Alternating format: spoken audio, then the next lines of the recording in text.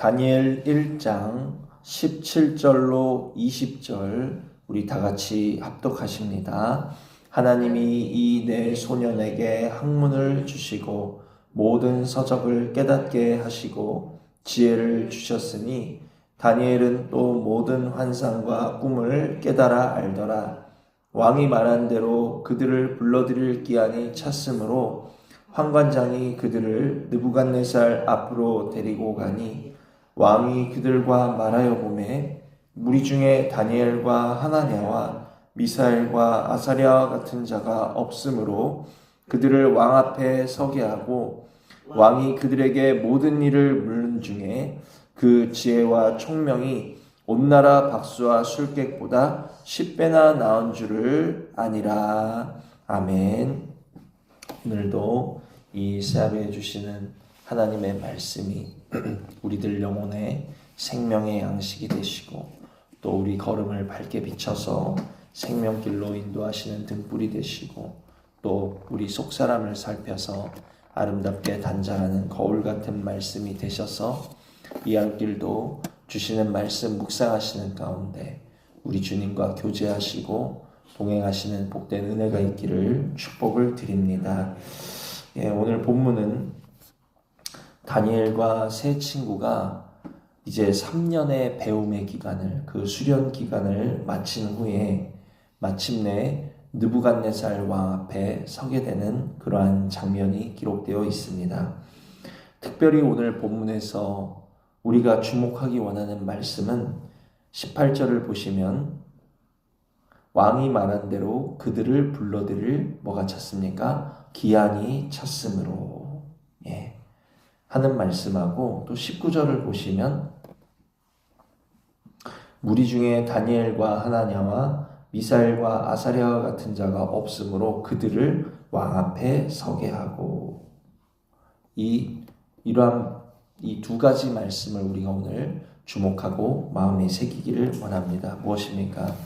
그들을 불러들일 기한이 찼으므로 그들을 왕 앞에 서게 하였다. 이것이 오늘 말씀의 핵심이겠죠.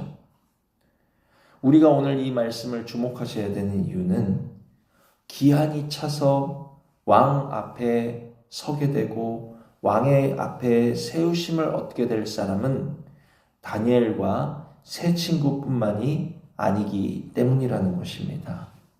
저와 여러분, 우리들 모두도 하나님께서 정하신 기한이 차면 우리도 하나님 앞에 서게 될 날이 하루하루 다가오고 있기 때문에 오늘의 말씀은 다른 사람의 말씀이 아니라, 남의 말씀이 아니라, 다니엘과 세 친구에게만 해당하는 말씀이 아니라 오늘 저와 여러분에게도 반드시 찾아오게 될 그러한 말씀이라는 것입니다. 그때를 위한 우리들의 오늘의 삶인 것을 절대로 잊으셔서는 안 된다라는 것이죠. 그때에 왕의 앞에 우리도 기한이 차면 우리도 왕의 앞에 우리의 이름이 불리게 되고 우리도 왕의 앞에 가서 서게 될 텐데, 그때 이 다니엘과 같이 왕의 마음에 합한 자가 될지, 혹은 왕이 볼 때 너는 내 앞에 설 자격이 없다고 물리치심을 받게 될지, 혹은 왕의 앞에 우리들이 신랑을 맞이할 신부로서 서게 될지, 혹은 심판주 앞에서 슬피 울며 이를 갈게 될지는 우리가 오늘밖에 고민할 수 없고, 오늘밖에 애통할 수 없고, 오늘밖에 준비할 기한이 우리에게 있지 않다라는 것을 오늘의 말씀을 통해서 우리 마음에 새기시기를 원한다라는 것입니다. 우리의 이름이 불려진, 기한이 차서 우리가 왕 앞에 세워진 그때에는 준비할 수도 없고, 그때에 가서 하는 애통은 영원한 애통이 될 수밖에 없다라는 것이죠. 참으로 우리가 이 땅에서 고민하셔야 되고 애통하셔야 될 제목은 무엇인가? 내가 오늘 무엇을 먹을까? 무엇을 마실까? 무엇을 입을까? 이 땅을 어떻게 살아갈까 하는 염려와 고민하라고 우리에게 이 땅의 삶을 허락하시고 시간을 허락하신 것이 아니다. 우리에게 이 땅의 삶을 허락하신 이유는 그날이 언제라고요? 기한이 차서 우리가 왕 앞에 서게 될 그날, 우리가 왕 앞에 세우심을 받게 될 그 날에 정결한 그리스도의 신부로서 왕 앞에 서기 위한 고민과 애통이 우리에게 있기를 축복을 드린다라는 것입니다. 왜 목사님은 자꾸 맨날 이 땅을 즐겁고 행복하고 기쁘게 살라 하지 않고 고민하셔야 됩니다. 애통하셔야 됩니다. 가슴 치셔야 됩니다. 왜 맨날 그런 말씀만 하실까? 고린도후서 7장 10절로 11절에 뭐라고 기록이 되어 있습니까? 하나님의 뜻대로 하는 근심은, 제가 늘 여러분에게 애통하셔야 됩니다. 그 나라를 생각하시면서 정말 내가 오늘의 말씀을 우리 자신에게 조명하시면서 애통하셔야 되고 돌아보셔야 되고 정말 고민하셔야 됩니다 하는 그것이 바로 하나님의 뜻대로 하는 근심이라는 거예요. 하나님의 뜻대로 하는 근심은 후회할 것이 없는 구원에 이르게 하는 회개를 이루는 것이요 세상 근심은 사망을 이루는 것이니라. 보라, 하나님의 뜻대로 하게 된 이 근심이 너희로 얼마나 간절하게 하며 변증하게 하며 분하게 하며 두렵게 하며 사모하게 하며 열심히 있게 하며 벌하게 하였는가. 너희가 그 일에 대하여 일체 너희 자신의 깨끗함을 나타내어느니라. 이것이 하나님의 근심으로 말미암는 성도의 삶이라는 거예요.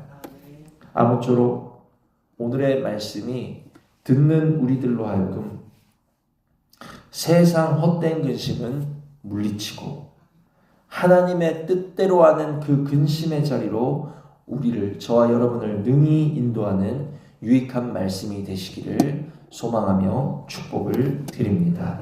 자, 이렇게 다니엘이 왕의 앞에 세우심을 받게 되는 것처럼 우리도 왕의 앞에 서게 될 날이 다가오고 있다 하면, 이러한 말씀이 정말 우리의 심령에 와서 닿게 된다면 우리는 나는 과연 왕의 앞에 세움을 받을 준비가 되었는가.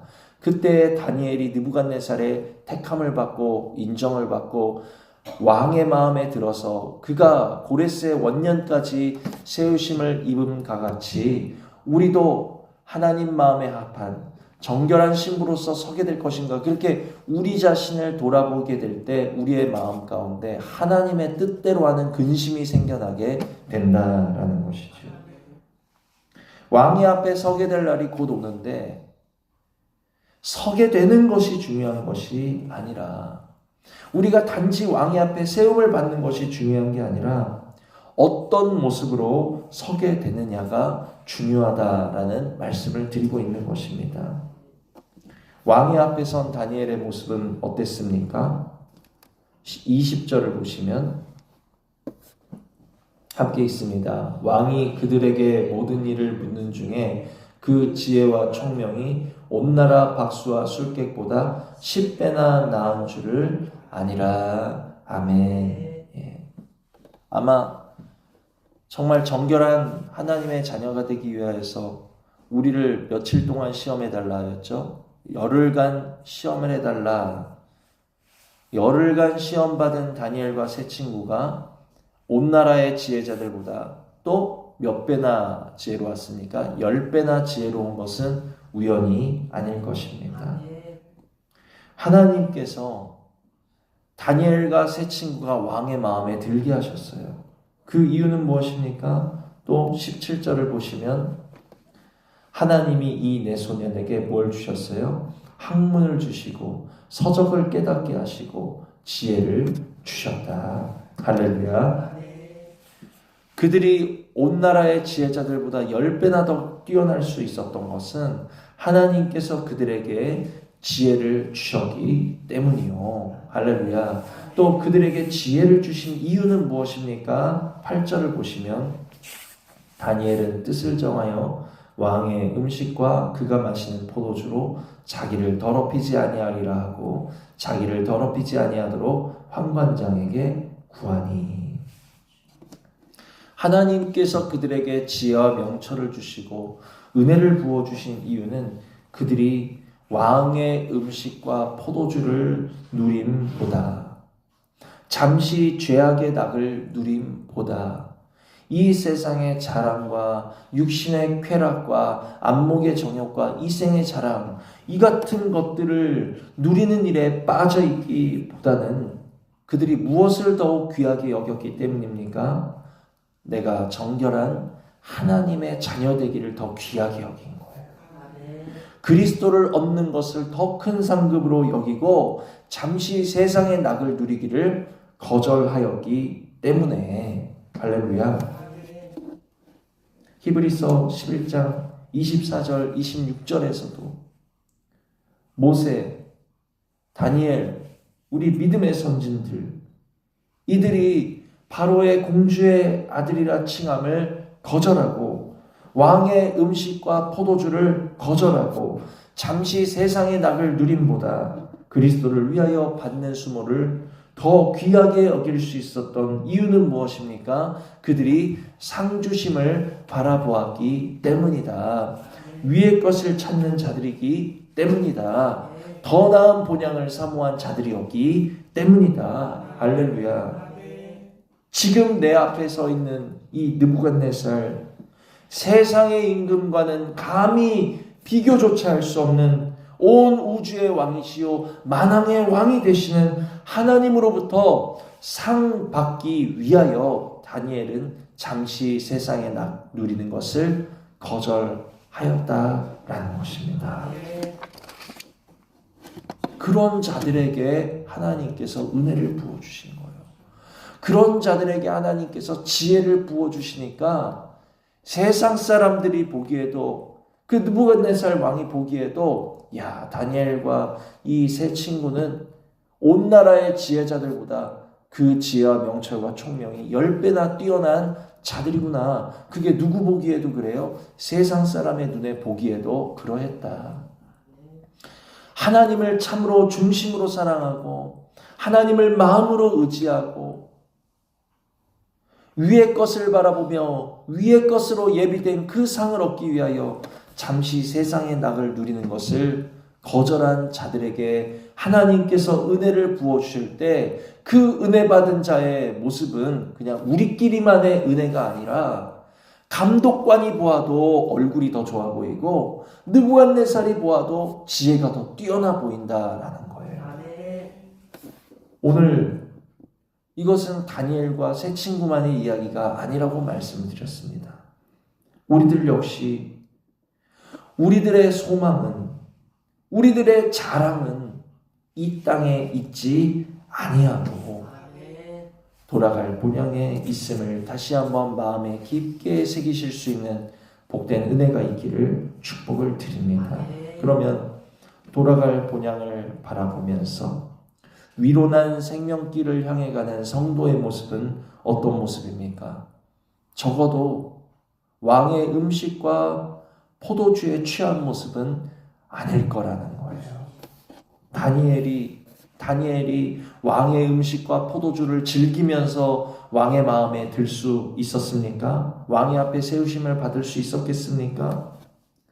세상 임금 앞에 세워질 때도 그러할 텐데 우리가 하늘 임금 되시고 우리 아버지 되시는 우리 하나님 앞에 서게 될 때에 왕의 음식과 포도주를 즐기던 모습으로 그 앞에 세우심을 받을 수 있겠냐라는 거예요. 무엇입니까?